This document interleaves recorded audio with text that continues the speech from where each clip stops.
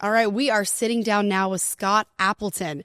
Scott brings nearly 4 decades of experience in the live event industry. He began touring with Clair in 1987, spending over a decade on the road with some of the biggest names in music.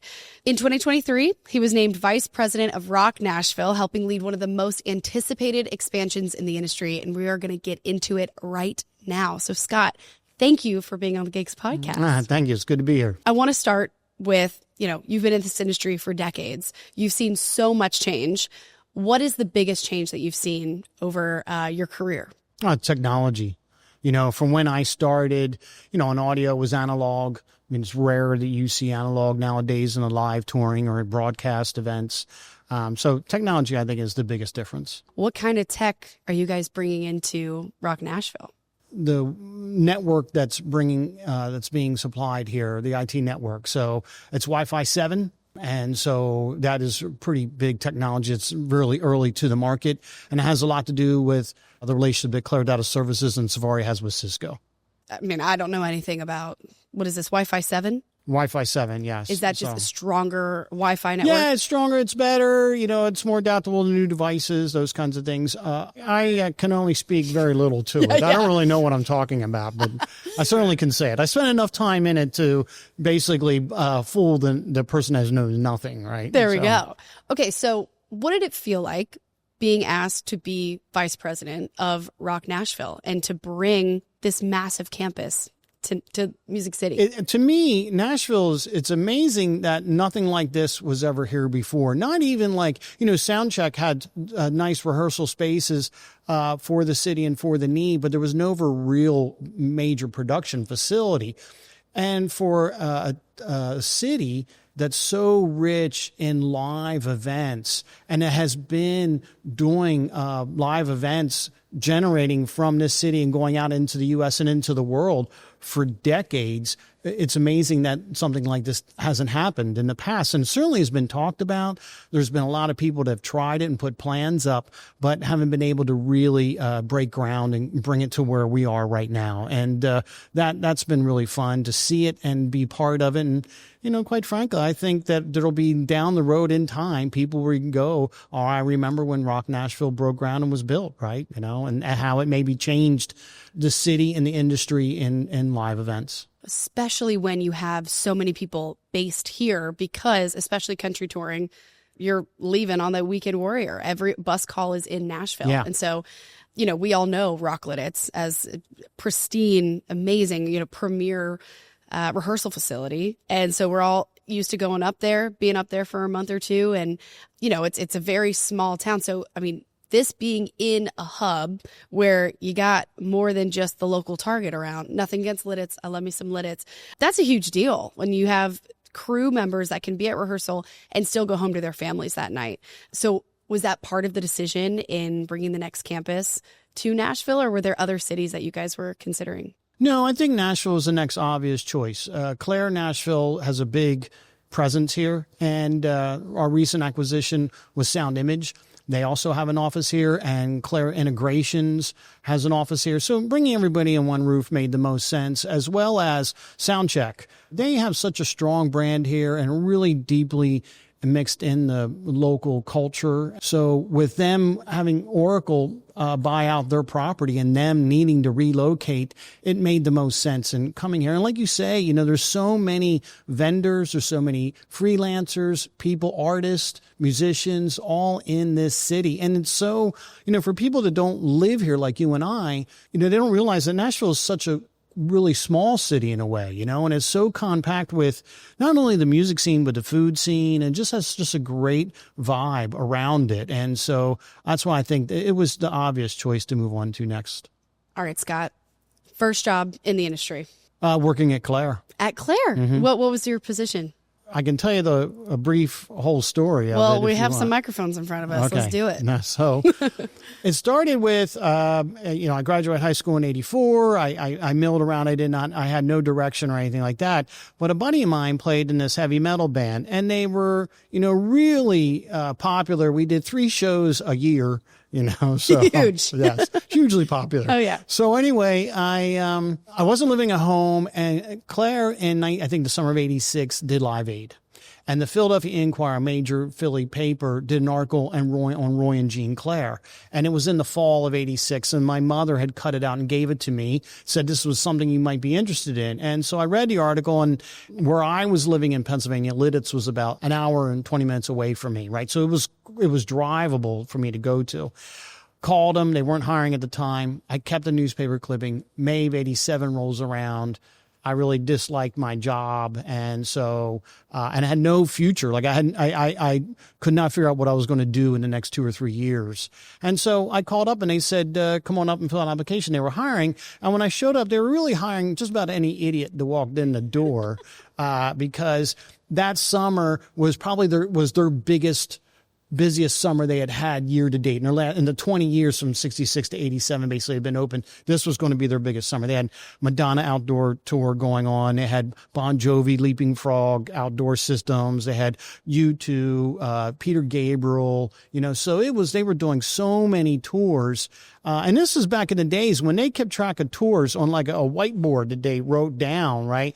And with the accounts that they had, it was only like 60 employees. So I walked in the door. Their old shop was these 2 tennis courts that they built this brick wood shop on the back of. And pulling up to the place, I saw the wood shop, and I don't know why it resonated with me, but in those days you had this one sheet like you filled out for an employment, right? No resume. And so I filled it out, and I had wood shop in high school, right?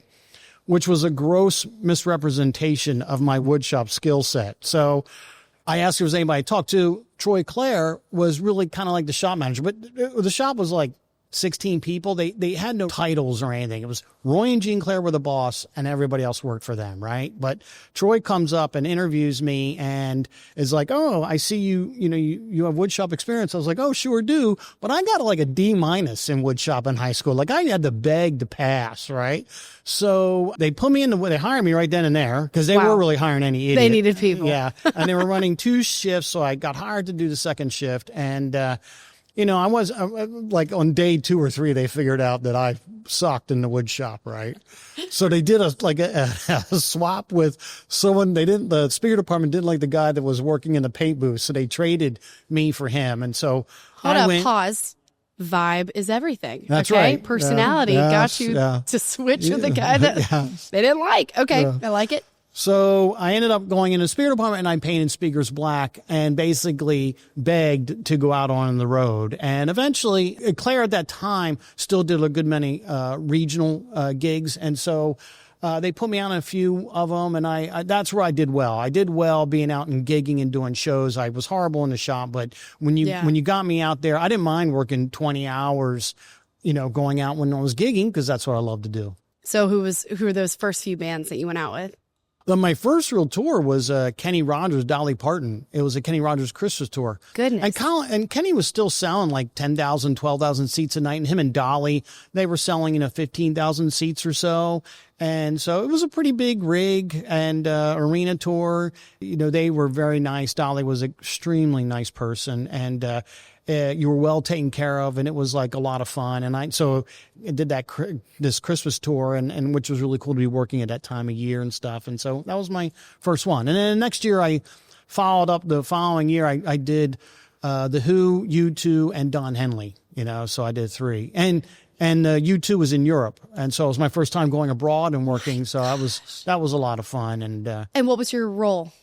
Just PA tech. Tech, okay. I knew no audio when I walked into Clair. Like if you gave me a mic, an amplifier, a mixing console, and a speaker, there was no way I was making it to work, right? I really knew nothing. Yeah. But fortunately for me, the size of the company and the size of the staff they were putting on a tour, they needed people that could hang PA, mic the stage, load and unload trucks. And I honed in on that. I knew that I was not going to dazzle anybody with my audio skill because I had none. So it was like, okay, what can I do? And it was like, okay, I could manage hands. I could load trucks, unload trucks, hang PA, mic the stage. If I did that well, then I thought, I would have a niche, right? I would have a role on tour. And that's really how I got there. And then do you learn the ears? Like, do your ears learn the job? Yeah, I think so. I think that what ended up happening is after several tours, I eventually came to the realization that if I didn't learn audio, and especially if I didn't mix, I wasn't going to really make good money, right? So I was like, okay, well,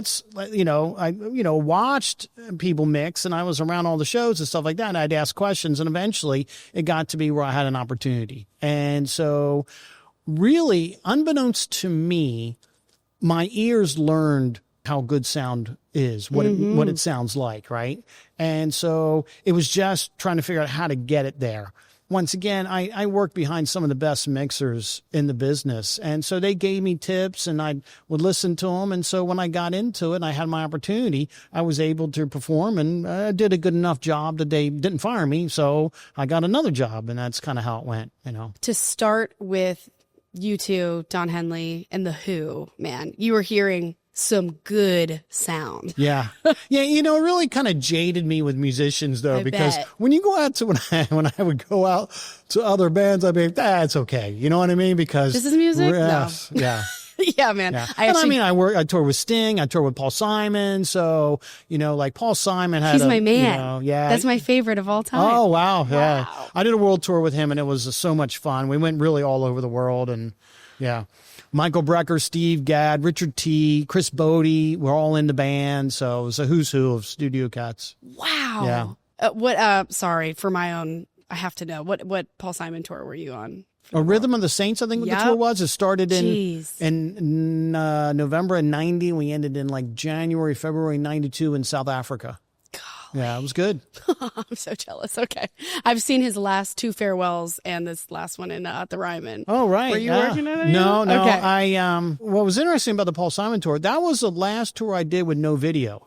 The Universal crew was either 16 or 17, and the Universal band was either 17 or 18. I remember the band outnumbered the crew by one person. Wow. Yeah. And I still have very close friendships from that tour. There's still 3 or 4 people that I still keep in regular contact with. And that's so cool. Yeah. It was a great tour to be on, and it was a shame that it was so early in my career that yeah, kind of. There was other great tours after it, but that was tough. I mean, the other thing too is Paul stayed on his own. Him and he stayed in a different hotel. So we stayed in the hotel with the band. So we stayed in Ritz-Carlton's or Four Seasons everywhere we went. Our travel was first class, and I never got to that level again after Paul Simon, you know. But it was he was very kind that way. My first tour was 2 nights in the same arena, and so my first idea of what tour was like was buses.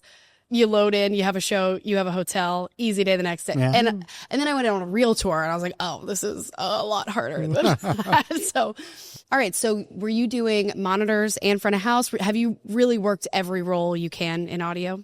Yeah. I mean, I worked a lot of different ones, you know, in Clair organization, starting really taking out the trash and painting speakers was very entry level. And then, you know, touring once again, I was really an entry level tour.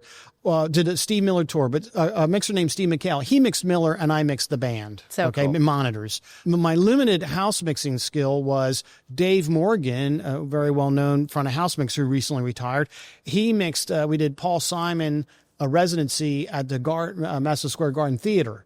Or the theater, Madison Square Garden, whatever it was called. And he mixed the A console and I mixed like the percussion. But, you know, Dave would really EQ everything and stuff like that. I ran faders and got to stand in front of the house and looked like I was mixing, right? But so that was kind of it. I learned enough and got enough. I made more money than I did, you know, hanging PA. Yeah. And, you know, it was interesting and stuff like that. But in the end, after I had toured from 88 to 2000, and at that time period, I'd done 10, 12, 13 years or whatever it was. And I was just like, you know, I'm really done with this. So then I had a brief time where I went and worked as a broker at Morgan Stanley. Totally different story. Wow. Then I came back to Clair. I was only going for like 20 months and I started in operations in the Lidditz shop. And so did that.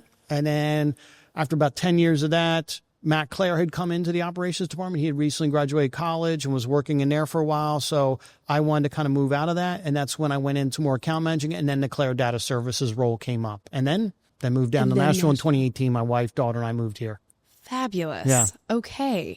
So in 8 years, Data Services, why you to spearhead this as VP of Rock Nashville? Well, I kind of heard that they were looking for somebody like me to run Nashville. I kind of found out that the reason they were kind of, I think, afraid or nervous to approach me, given that, they didn't want to make the Clair family upset or anything, that they kind of went after me. So I approached them. But I made it known that I wanted to stay involved with Clair and stay the GM of Clair Nashville, as well as taking on this role. In my whole career, and this is something for, new people entering the business, I didn't want to fail, but I feared not having opportunity more than I feared failing.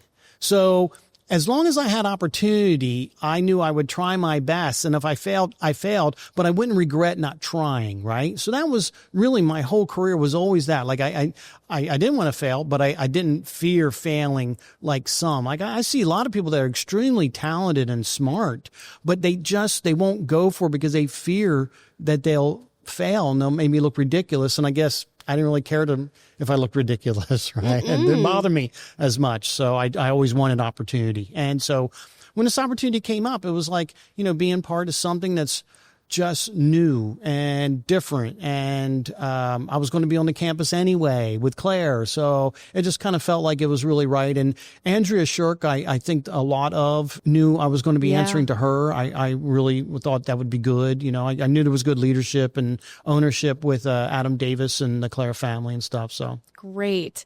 What are you most excited for come December when rehearsals are starting here? What are you really looking forward to? The energy when artists and bands come in and start working their craft, that's what I'm most excited about. And the crews that come in and support that, you kind of get the closest you can to Showtime without actually being on tour and being Showtime in this realm, I think. And so that's what I'm looking most forward to, bringing in new people, lifting them up, encouraging them, mentoring others. I have an opportunity to really touch more people than I ever had, and hopefully in a very positive way, and give back to all that I was given for so many years. Yes. And what is the thought behind the community and bringing all of these different music industry, touring industry companies all under this one roof? Is that similar to the Lidditz philosophy?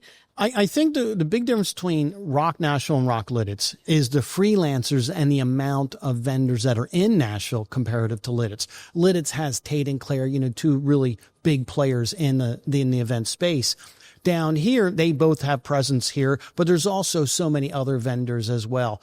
But also a huge amount of freelancers and a huge amount of artists and musicians all concentrated in this very nice, small community. Like, I aspire that Rock Nashville is the home to the Music City community. That's what I would really like. When I toured with Paul Simon in those early 90s, we used to rehearse at SIR in New York. What I loved about it was, when I was rehearsing there and the artists that were there were other artists that always came down to rehearsals, checked in with them, talked. When we did Paul Simon and there was Steve Gadd there and all those tons of guys from Saturday Night Live would come over and hang and they would talk shop and stuff like that. It was just this amazing buzz. And so if we could get something like that going here, whether it's tech or musicians, they're really a really creative environment. And that people are delivering their skill set and expanding their skill set and making a living at it and enjoying the process is what I hope we really do. Phenomenal answer. I love that. So 5 years from now, Rock Nashville is open, thriving community inside. What does success look like for you? Well, we are a business. So financially, we got to be successful, right? So I'm hoping that we're able to deliver that. And the other would be success of all the vendors and the freelancers coming onto the site. The tenants that are here, their business are prospering, and that the freelancers in the Nashville areas, they see an uptick in their lifestyle, their income and stuff like that. And that creatively, maybe artists are doing things here that they can, I wrote this song or I did this or I rehearsed here, something back to Nashville. Like there was a collaboration. So it's just like, kind of going back to what I just said, it's just, an environment where everything is prospering and it's a really good vibe. That would be, to me, 5 years. When people come out and it's a very kind of harmonious work environment, would be a success. The resonating word that I've heard so far on my tours has been they want this to be the home. Yes, absolutely. And yeah. I can already feel that. So thank you, Scott, for giving your time. Sure. Very excited